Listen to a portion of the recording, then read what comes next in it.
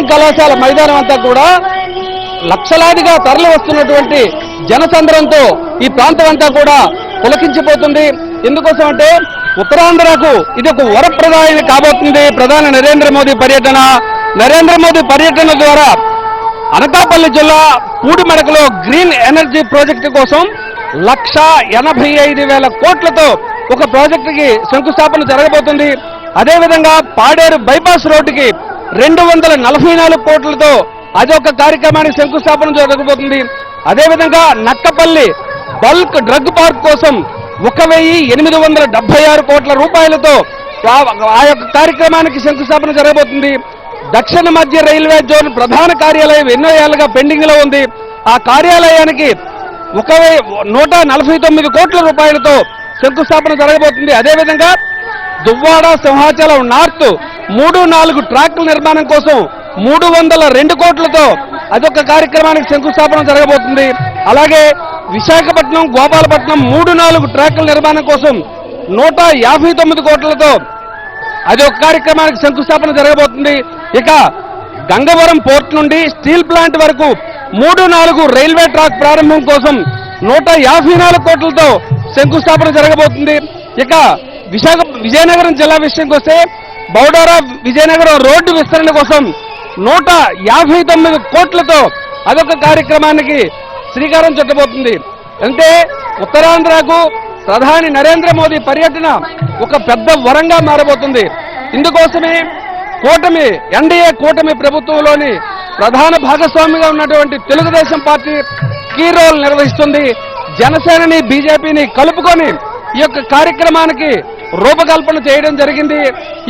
ఈ కార్యక్రమం ద్వారా తమ సత్తా ఏంటో ఈ 3 పార్టీలు తెలియజేయడం కోసం నిర్ణయించుకొని కార్యక్రమాన్ని నిర్వహిస్తున్నాయి.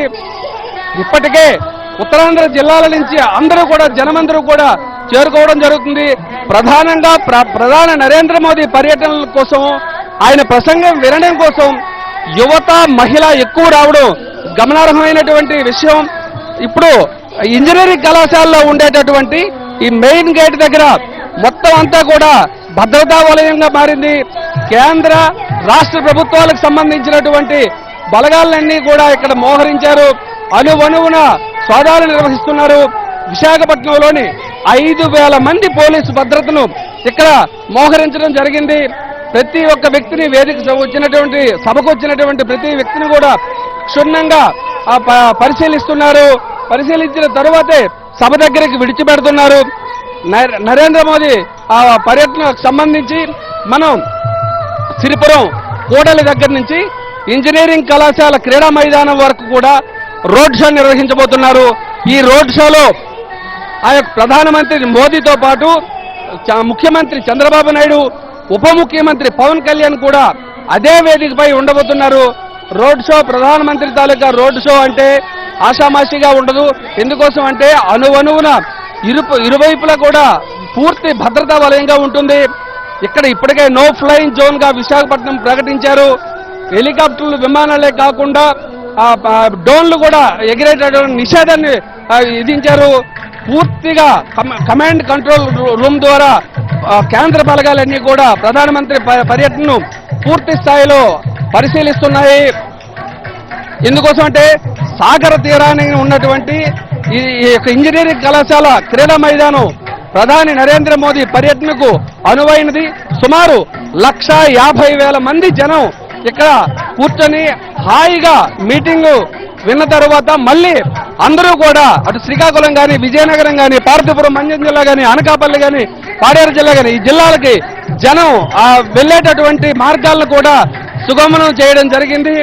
మనం విజయనగరం నుంచి వచ్చిన, శ్రీకాకుళం నుంచి వచ్చిన, పార్వతీపురం నుంచి వచ్చిన, అనకాపల్లి నుంచి వచ్చిన వాహనాలన్నిటికీ కూడా మూడు స్థాయిల్లో భద్రతను ఏర్పాటు చేశారు.